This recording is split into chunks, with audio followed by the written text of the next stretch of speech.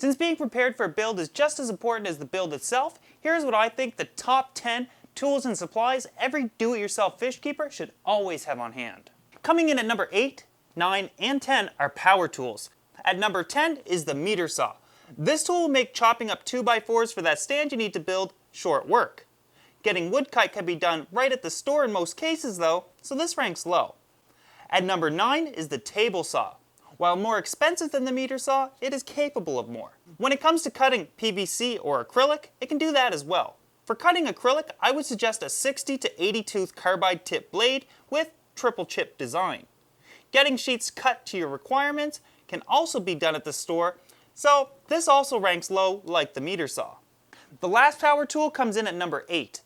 Drilling holes and drilling in screws is simply all too common with do-it-yourself. A power drill is simply a must.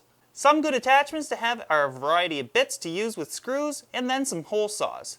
A wood hole saw will be great on wood obviously and also works with acrylic. Then a diamond coated hole saw will drill through glass. An extra set of hands is always a good idea, so clamps come in at number 7. With many types of clamps available, having at least one set of a type could make a job that much easier. At number 6 is tapes and adhesives. Painter's tape and electrical tape are always in my toolbox. Painter's tape is great for using as a guide for painting or applying silicone without making a big mess, while electrical tape is strong enough to hold things together like aquariums while you work on them without leaving a sticky residue behind. An adhesive I always have is PVC cement. There are a couple other adhesives you should have, but they will appear later on in the list. Coming in at number 5 is razor blades. These come in more handy than you might think. They can be used to clean aquariums, remove silicone, or even make small precision cuts. At number 4 is handheld acrylic tools. Cutting acrylic can be done by hand with a handheld acrylic etcher, while preparing the edges can be done with a handheld acrylic scraper. Preparing edges of an acrylic panel is arguably the most important factor to building an acrylic tank, because after all, a perfect seam starts with clean edges.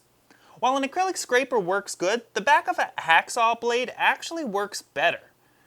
You should also have an applicator for the cement to weld the acrylic together.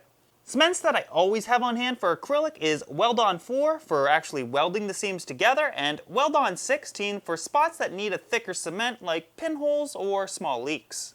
Since glass aquariums are the more popular aquarium to build, glass handheld tools come in at number 3.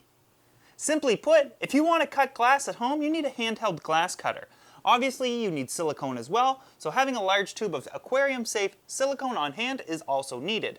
To make silicone job much easier, get a caulking gun to apply it. At number 2 is measuring tools. Whether you are measuring lengths, levels, or even angles, these are a must. Make sure you at least have a measuring tape, a level, and a square. These will prove to be a must for almost any project. The number 1 aquarium tool that you could possibly attack any project with is a second opinion.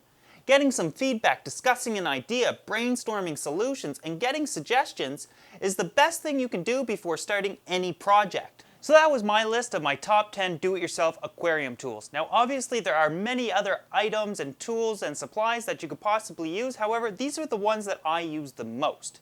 Anyways, I hope you guys enjoyed this video. I also want to thank you for watching and we'll see you next time.